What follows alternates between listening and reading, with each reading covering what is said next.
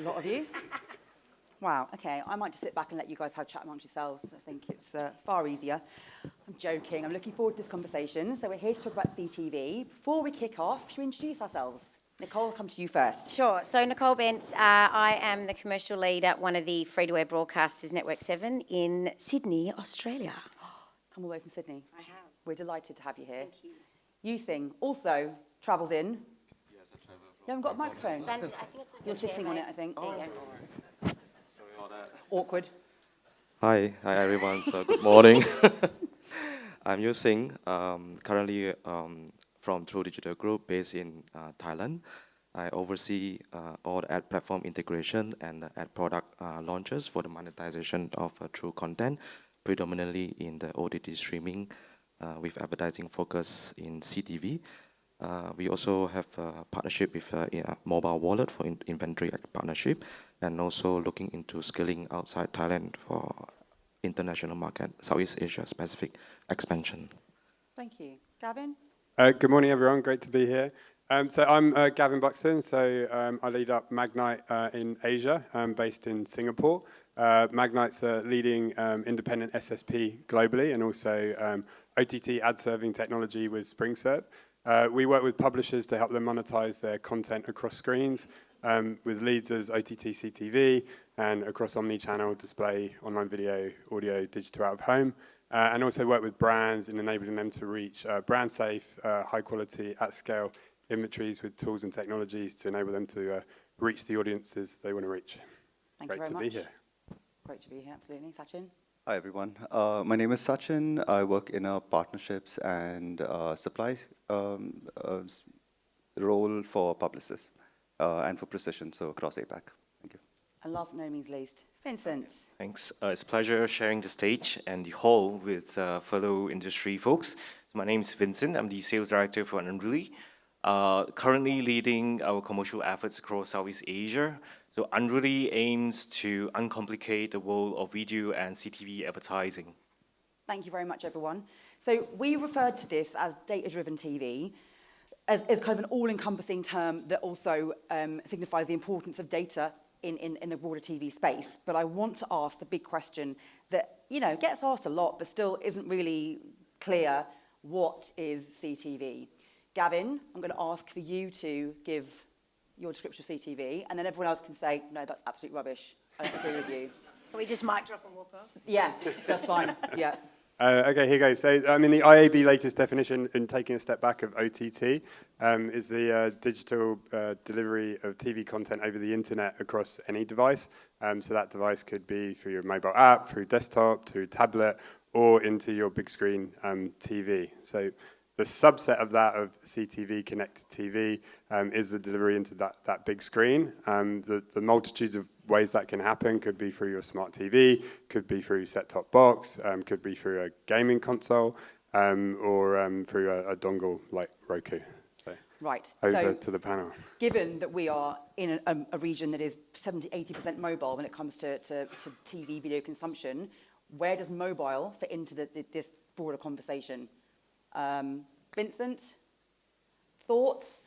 I mean, in this part of the world, if you look at Europe and US, where CTV is predominantly the main thing, with so many cord cutters, but when you look back into Southeast Asia, we keep hearing, especially from my side, when we talk to the agencies and brands, we keep saying, what is your CTV scale like? So I'll tell them, you know, I'll come back to you with a couple of days. I'll check with my supply team. But, you know, I think the truth is, there is some inventory for CTV, but I guess everyone will agree with me today to say that I think the brands are already ready to serve the ads on OTT environment. So yeah, I think that's where the status of where we are today. Sachin, you were going to say something? Yeah, I think realistically, you know, addressing the elephant in the room, I think we spend a lot on YouTube primarily, and then I think any other channel that we can spend on, we're exploring and testing a lot. It's just that on CTV specifically, the volumes are tiny, and I think there's a lot of streaming minutes out there, but there's a lot of subscription bot and less advertising bot. So I think hunting for those opportunities is key for us.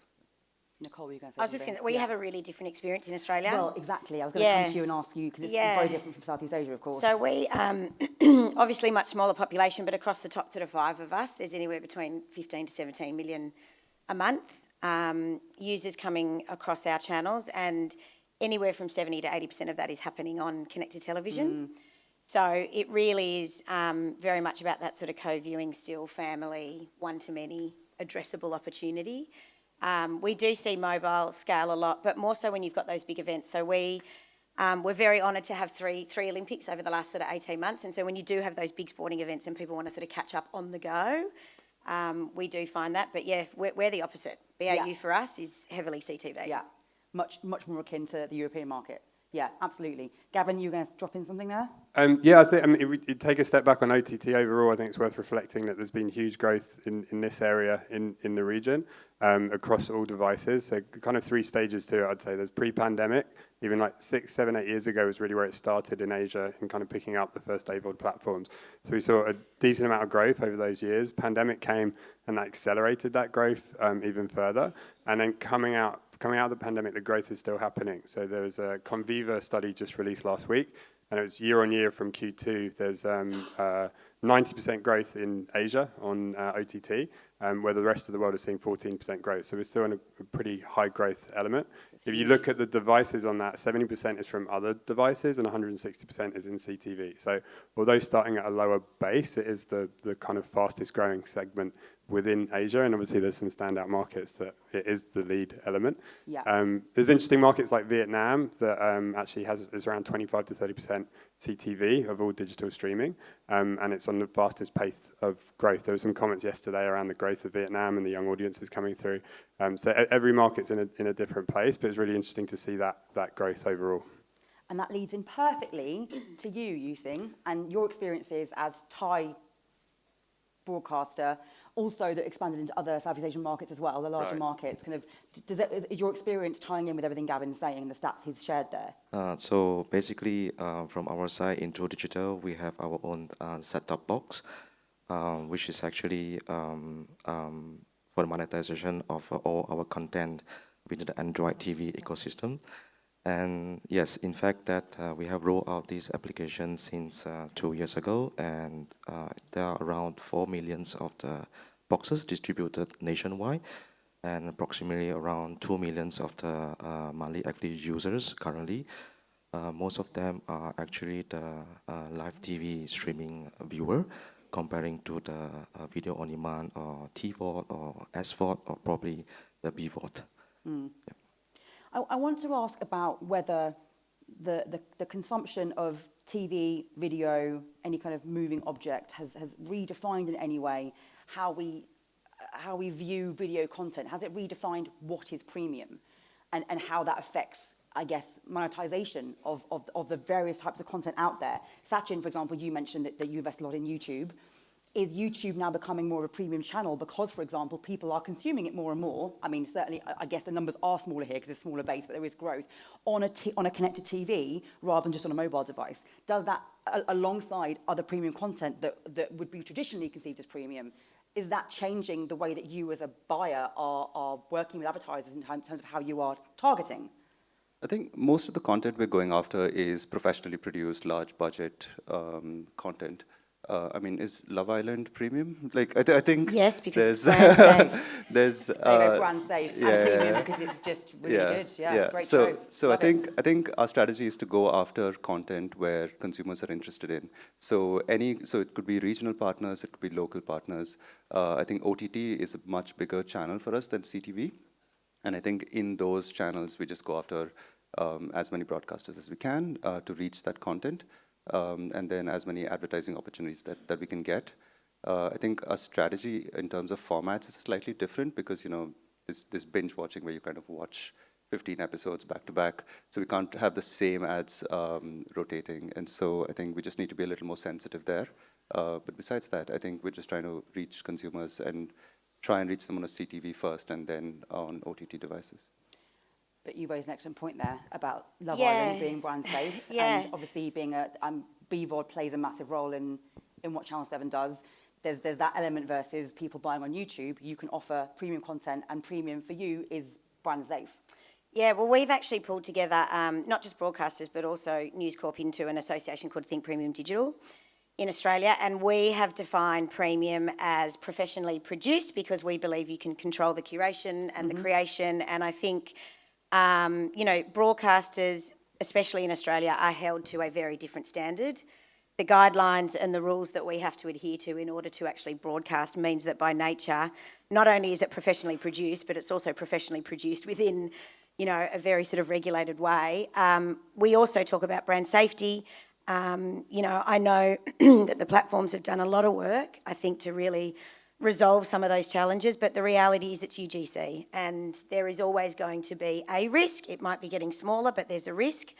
And the last thing for us is meaningful scale. So there's a lot of professionally produced, brand safe content out there, but I think for us it is really looking at that meaningful scale, and it's not just about time spent on the platform, but it's about ability to actually see the ad and an ad that'll drive attention too. So we did some recent eye tracking neuro stuff with a sort of global researcher called Media Science, and what we really found is that you had to watch about 12 hours of platform content in order to get a minimum, like 1 minute ad, versus us it was 12 minutes. So, that's how we're really talking to a lot of advertisers in the market around trying to sort of differentiate it. It's not to say there's not a role for everyone, and it's not to say that it's better or it's, it's worse and it shouldn't be on the mix.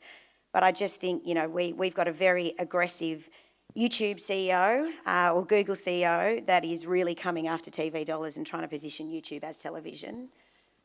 Which we are defending. Coming after most dollars, in fact. Yeah. Correct. Yeah. But I think for us, it's not just talking about TV into video and CTV. It's talking about the content on it as well. Yeah, absolutely. Gavin, do you want to say something? I think there's a recent study. So the Asia Video Industry Association, AVIA, based in Singapore and representing a number of broadcasters in the Asia region. They did a study recently with Milieu, and it was looking. Some of the stuff they look at is that quality part of it's the quality environment, but this was looking at audience receptiveness and audience emotion.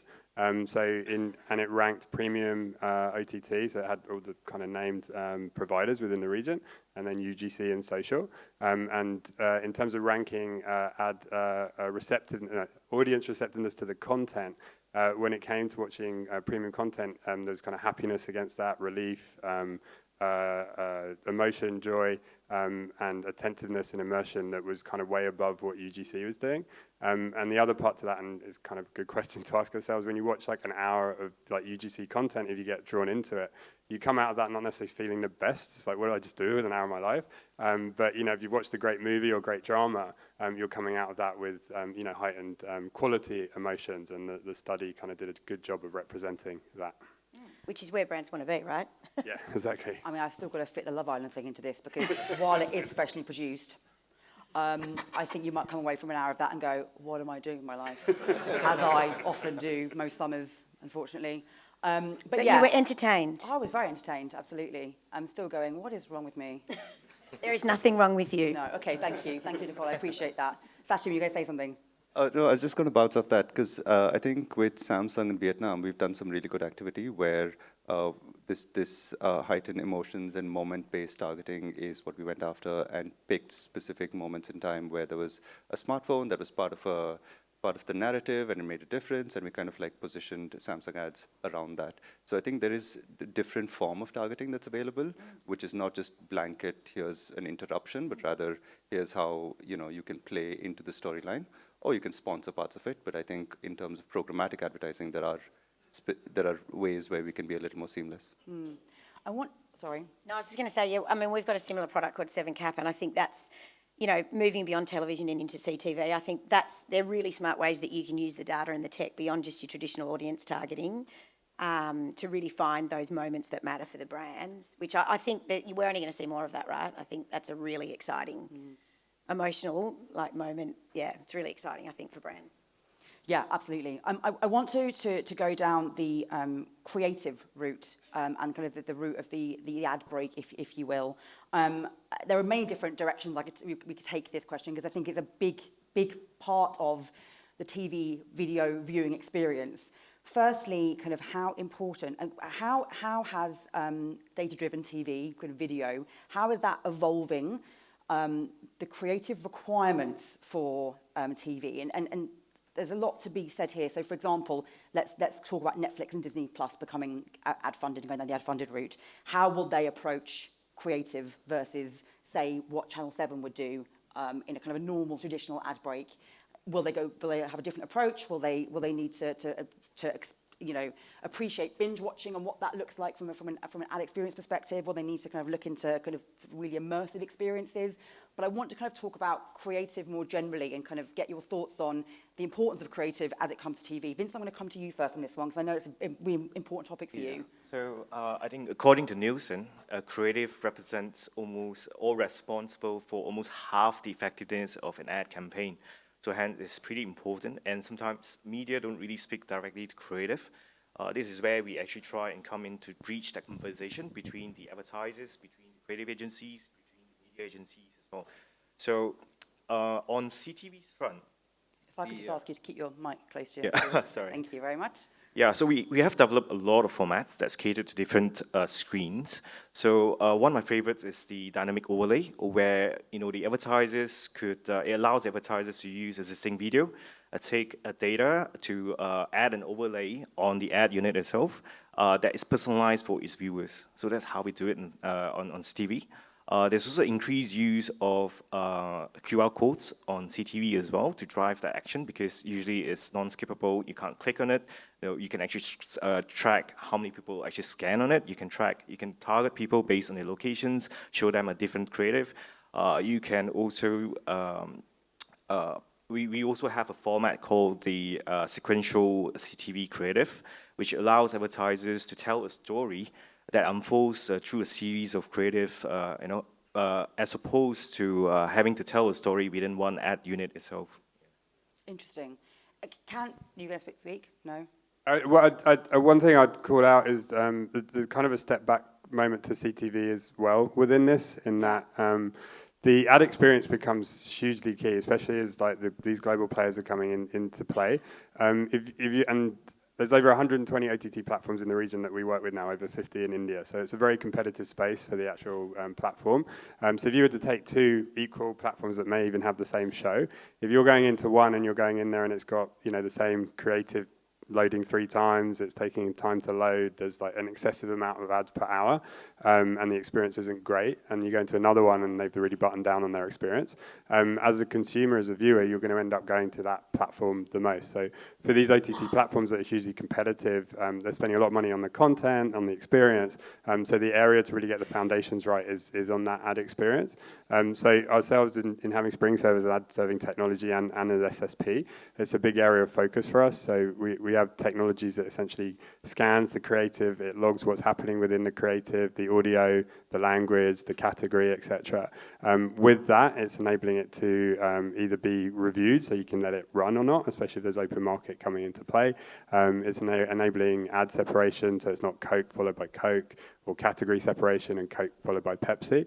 And kind of back to some of your points and to that point of being in the moment, by understanding the ad and the content around it, it's enabling you to deliver the most meaningful ad in that moment. So those foundations we think are really key. We're seeing that around the world. In Asia, I think there's still some development there. I was in an app just last week and I got 3 ads back to back for a brand. So there's an evolution in this space here to get the foundations right. And once you've got that, the cool ad experiences that come on will have more meaning and more effect. So it's definitely an area to be considering. Well, it is a massive frustration. This happens, I'm reckoning globally, because that's the thing that's not actually, from a consumer perspective, you're not going to fall in love with advertising if that's the experience you're still getting. But you think, I want to come to you and ask you about that from the creative perspective and how you guys work with that as a broadcasting platform. So basically, we start monetizing the live TV streaming. We launch our fast channels within the ecosystem, advertising ecosystem. And I can say that in terms of the creativity, it's slightly not complicated, different than the media files that you guys have might heard about in terms of comparing with the in-stream where the ads show before and after the video playback.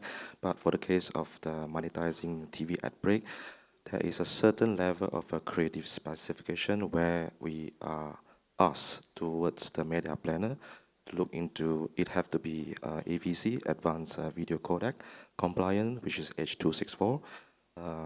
Another one is actually the non-skippable long-form ads at the minimum span of 30 seconds. And then we're looking into also in terms of accurately having the 25 frame per second. I know it's very technical, but these are the key asks whenever we push out to the media planner to advertise in our TV ad break. So at the same time, I think there's a growing trend which I see from our content marketing with the adoption of highly interactive, with the inclusion of the QR code scanning, which on the video that allow the user to scan and direct them to the product for purchase. So these are the trends that we see right now in terms of the creativity and standardizations when monetizing our TV ad break. Interesting. Yeah, that was technical. You lost me a little bit there, not going to lie.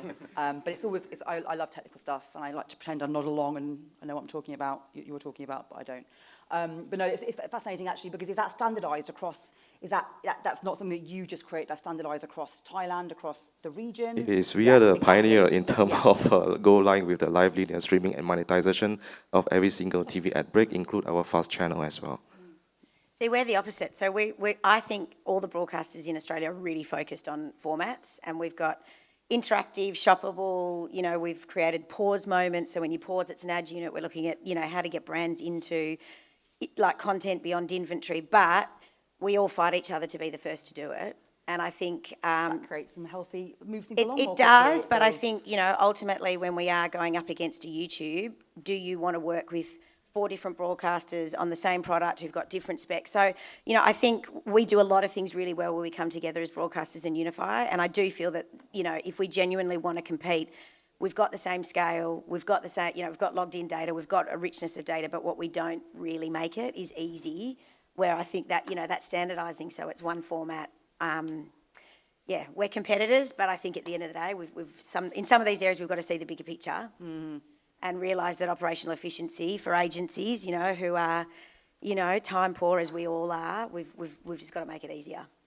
And Sachin, I want to come to you on creative as well and get your thoughts kind of from the agency side, from the buy side. Yeah, I think we kind of look at this as, I think there's an opportunity for brands to engage with CTV, through CTV, in a much more meaningful way, because it doesn't lend itself to a lower funnel activity. It's much more of a brand having a conversation with consumers on content. And then the content matters. So what are people viewing on what broadcasters? And then what's the context? Because people are chilling, they're unwinding. That's what you think of. You don't want to interrupt that experience. You want to kind of engage there. So I think QR code-based activity, or I saw this example by Disney, I think, where you have this AR device or your phone. You look at this content, and the content spills out of your TV, and it kind of takes over. I think those kind of rich experiences are fun. And I think product placement, so virtual product placement, where post-production you can insert products and kind of is a little more streamlined in the digital experience. I think those kind of experiences help brands engage with consumers without interrupting, without causing a point of friction. Yeah, and I'll just add to that really quickly. I think the second screening thing is so interesting, because we know that television has the power to drive someone to pick up the phone, go to a Google search, and then guess who gets that last click attribution? Google. So I think the more that we can take that experience off the screen and then demonstrate that we are driving, consumers to brands' assets and those sorts of things, I think is a opportunity whilst we do the big brand, but to show that we can do that full funnel and that we can drive that lower, that lower funnel conversion, where I think unfairly a lot of the platforms have been getting that, getting that clip, and really we're the ones doing the job to drive that awareness and that consideration off the big screen. Which I was going to go to fragmentation next, but actually you bring me nicely to measurement and the challenges around measurement in the CTV environment, in the TV environment more generally. What is still lacking in terms of what the requirements are more broadly across TV and video measurement, and how you bring all them together from a targeting perspective, from a kind of understanding, what the buyers, the advertisers want to see? Like, are they just looking for frequency? Do they want more than that? Versus kind of what you can use to effectively target, effectively understand a consumer. I'm sure you all have opinions on this. I'm going to start with you though, Vincent, get your thoughts. Yeah, when it comes to looking at these challenges, I mean, there's lack of inventory, there's lack of universal IDs, there's fragmentation with multiple streaming platforms, and also the content providers, each with their own ad inventory, with their own data systems, with little to no transparency and standardization between them. So I think the go-to solution, one of the go-to solutions is ACR data, which uses a IP address that can link up to other data sets, to show marketers how well their campaign is performing, which can be measured between a linear and CTV campaign as well. Interesting. Gavin, microphone raising. Yeah, I agree in that area. I mean, there's other areas to look at. When we look at mobile on the side, then all the measurements and activations with OMSDK and what's used to, brands are used to from an app perspective are there. Especially in Android first region, as that evolves, obviously we need to keep an eye on that. On the CTV side, the challenge is when it's mobile, it's Android and Apple. On the device side of CTV, you've got multiple, whether it's Samsung or LG or Xiaomi, you've got multiple, or set-top boxes, you've got multiple devices. So at the moment, there's not a commonality of language between those, which means there's not a common currency, which creates a challenge overall. But collectively, as the industry, it's really looking to come together to change that. So the IAB is taking a position in that. They've got the CTV OMSDK, which is kind of bringing some measurement standards into play. There's OpenRTB 2.6, which is looking at some of those identifiers and a number of areas there. So as an industry, it's definitely collaboration to ensure that we get to a better place. And I think there's going to be phases through that collaboration to get us there. But all parties are generally interested to make that happen because a rising tide is going to help everyone. So that's a key focus at the moment. You sing. Yeah, I know that. I learned that there's a lot of these sounds coming in from the fragmentation across the numerous devices, operating system, and also the streaming application. So I think that it hurts the scale for publisher as well as from the buyer side. We actually, in the preliminary discussion with Nelson's, with their new Nelson One's measurement tool, I think this will help us to measure our video and also the content plus the advertisement. And I'm pretty sure that there are 3 key takes away from these Nelson One tools. First one being is be able to enable us to have the holistic view of our user engagement across online and offline when they are consuming the linear TV, video on demand, or even catch up. Second thing is strategically plan for our smart programming of the decisions to drive revenue growth. Third is single source of truth to boost the efficiency between the buyers and the seller side. Sachin, I want to ask you the question from the buyer side as well, measurement. Yeah, I think like we've not had scale enough to kind of affect our modeling or mixed media modeling type of activities. So I think when we look at just OTT, then we have enough mechanisms on smartphones to kind of plan, reach, and scale. I just wish that there'd be a little more standardization in terms of like universal IDs, or at least as we go there as an industry, if there's early adoption, then it brings in a little more standardization. I mean, that would be ideal. But I think as we head in that direction, it just helps us plan and execute better on across all of these various platforms and various broadcasters, so that we can reach at scale. And I think that's key because, like you said, Disney and Netflix have kind of launched, but their price points are very expensive. There's limited inventory, and I think as the key to us is scale. And as soon as we can get scale, we can start expanding into more meaningful engagement with consumers.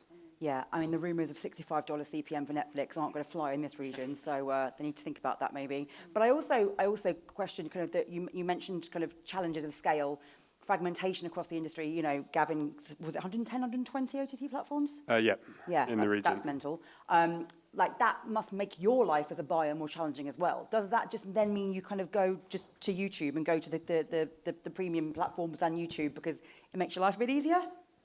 It starts there, and then I think what we're trying to do is, as an agency, it becomes harder to kind of go after specific content. So then we work across our partners to kind of identify content that consumers are really into. So, you know, there's Korean dramas, there's Chinese, you know, costume, fantasy-based genres that are really big.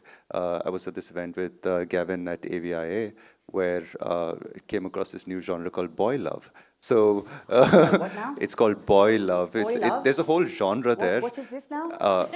I discovered my, you know, generational gap because I'm like All of our can't identify. But there's like whole genres that consumers are viewing, and I think as marketers, it's our job to kind of identify where that content is, and then how do we meaningfully engage it. We don't engage with all of it, but I think Evidently. yeah, I think there's opportunity for us to go after like regional content and local language content and build those relationships. But you know, with limited resource, you kind of like take steps in that direction. Yeah. Gavin, you say something? One thing I'd say about this region and touching on some of the content there, I think it's the most exciting region globally in terms of content that's available for viewers.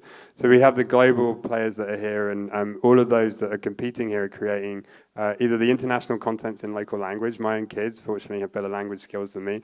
They're watching Peppa Pig and Fireman Sam in Mandarin because you can change the language settings. Wow. So you've got the international players, you've got the regional guys making great content across different genres. The local guys, and we saw today, is doing amazing things and always have been, and they're bringing that into it. So from a viewer's perspective, it's an awesome array of content.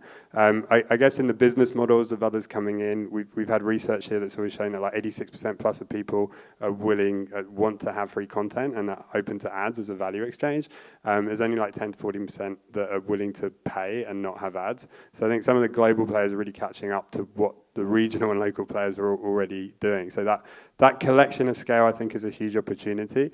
To your point on whether people will just go to YouTube because it's easier, this is where programmatic obviously comes into play and makes it all work well. And then programmatic with the right content signals coming through can ensure that, you know, you can target, as you know, the 50 India OTTs and be able to reach more minute targeting against that. One of the challenges we see in working with buyers across the region, some of them get a little bit over focused on the top two in every market, and then if they're applying audience and then they're wondering why they're not scaling, and we'll go back and go, you know, there's another 25 OTTs that, although small individually, collectively they make a big difference. And some of the research we've seen and conducted last year is the cumulative amount of all of them coming together is as competitive as kind of traditional broadcast TV or YouTube. So I think there's a slight change of mindset of how that scale can be a huge opportunity and fragmentation. I was just going to add to that. I think, you know, for us in Australia, we've actually been really proactive as broadcasters and come together and... This is what I was going to ask. It Yeah. sounds like there's more going on there. We have similar things across Europe as well. Yeah. I'm intrigued by... Yeah, sorry, carry on. Well, I was just going to say, I mean, so we've unified. We effectively have one ID, which enables you to be able to see each of the broadcast, you know, what you're consuming against each of those broadcasters. We're yet to kind of productise the data and the measurement off the back of that, but we are working through that at the moment, because I think, you know, we firmly believe that, yes, we could absolutely give all our content signals away into the programmatic channels and let everyone else monetise that data. But I think the reality is that we all have significant cost investments beyond just our logins into the data partnerships and the data platforms. Like at Seven, we've built a custom CDP off Adobe Audience Manager. We have to turn from a cost centre into a profit centre for data. So we are firmly of the belief that we have access to the best first-party data. We also have panel-based data on top of that allows us to convert the logged-in user to the person who is most likely to actually be watching the content.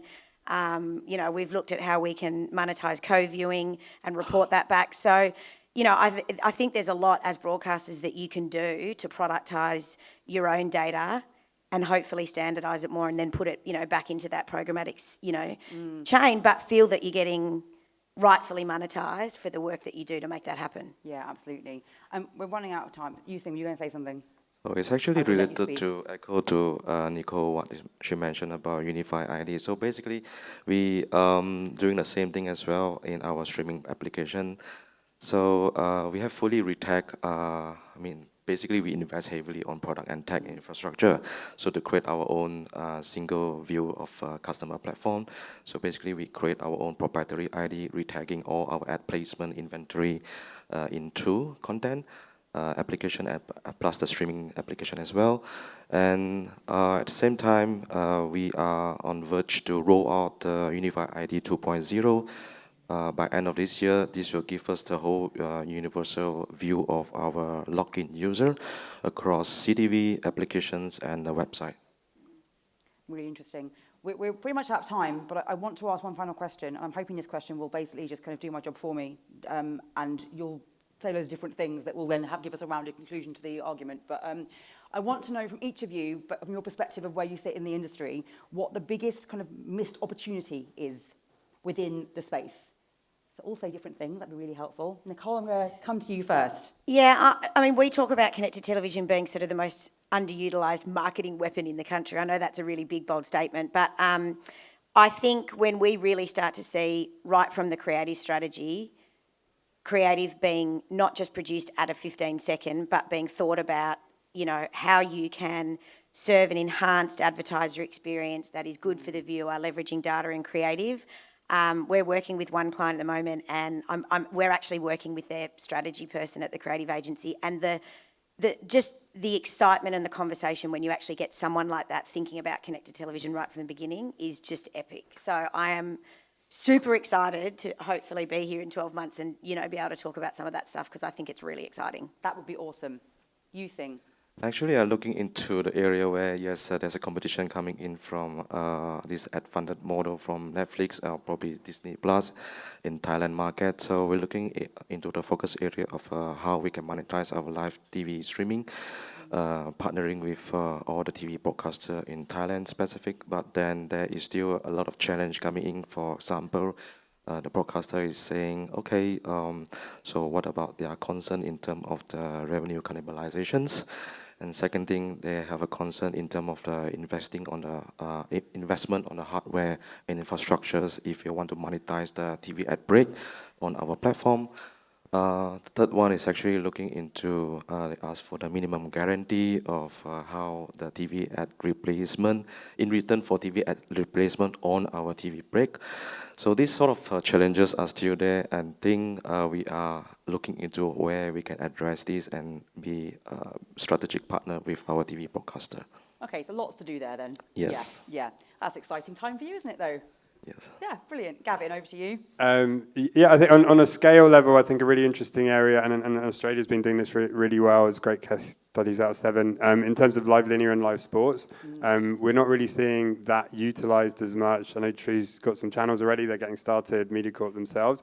A lot of the big broadcasters have started to do things in this region, but the scale behind live linear and live sports within this region is being consumed, but they're basically just having the general broadcast ad, which isn't tracked or monetized. The potential to replace that ad is there. So as the broadcasters and providers get more in tune of what's available, that scale issue could go away just from the fact of opening that all up. Because you bring more users into it, once you go into those environments, it's full ad pods.